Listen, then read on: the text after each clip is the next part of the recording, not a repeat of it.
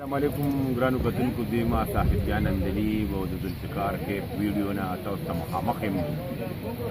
ډېر ښه شاعر را سره ناست دی هغه سره خبرې کوو د هغه یو دوه درې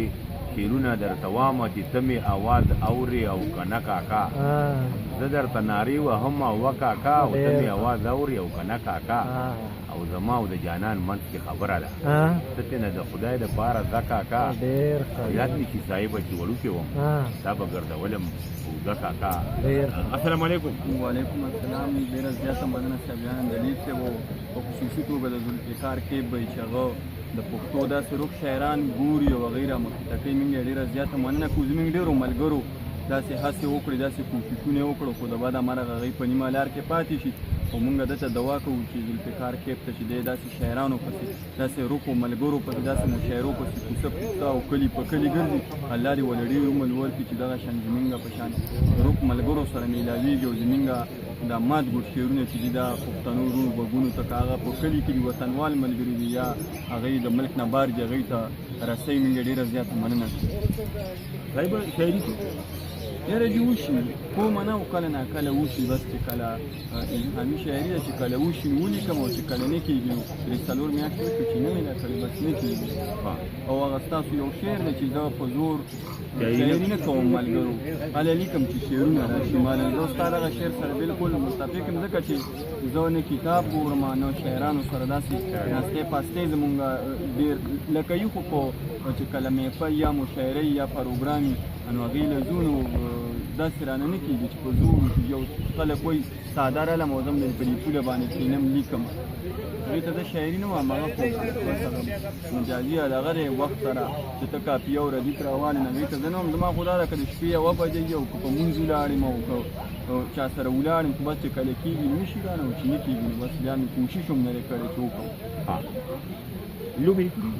لوبې مې کړي دي کوم لوبې یاره بس زموږ وخت خو داسې ده چې کرکټ پکې ډېر زیات دی فوټبال خو مې ډېر کم کړی دی او کرکټ مې کړی هم دی اوس هم کوم کرکټ کوم سبق څه پورې یاره اتم پورې مې دي لیکل کولی شي پخپله لیکل خو جي او کولی شم خو کور والا راله ډېر لیکل خپله کور ځان یې لیکي او یاره لیکي زه موبایل کې ولیکم انګلیش کې بیا هغه پښتو کې ولیکم پښتو لیکلی شم خو لکه داسې لیکم چې زه پرې پوهېږم په شعرونو پوهېږي یاره جي پوهېده خو نه هغه خو حافظ هم دا ترجمه هم کړې ده خو بس موږ سره راوو تا سره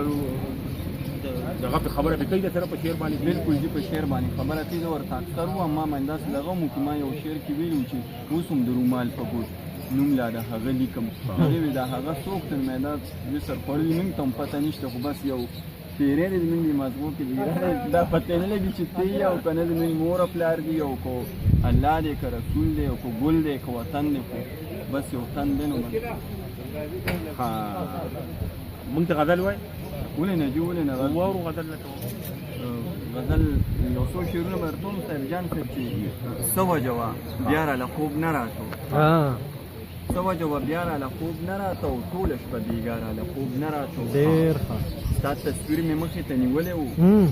ویښ وم در سبا راله خوب نه راته ډېر ښه ګوره په ګولو باندې مې راوستو ګوره په ګولو باندې مې راوستو ګوره په رضا راله خوب نه راته ټوله شپه مې ستا په څنګل تېره کړه څه ووایم اشنا راله خوب نه راته تا سره مې ستا کوڅه کې ولیدو یا غموږه راله خوب نه راته بیا چې شي صاحبه چې درغلی وم هغه شانتې بیا راله خوب نه راته ډېره زیاته مننه صاحب مانیروال ګرانو کتونکو صاحب مانیروال نه موږ ډېر ښه شعرونه واورېدل ډېره زیاته مننه یې کوم او حاجي ګل مونږ خوا ته راغې حاجي ګل سره به هم خبرې کوم فلحال د اجازت غواړم د الله په امان خاص او آباد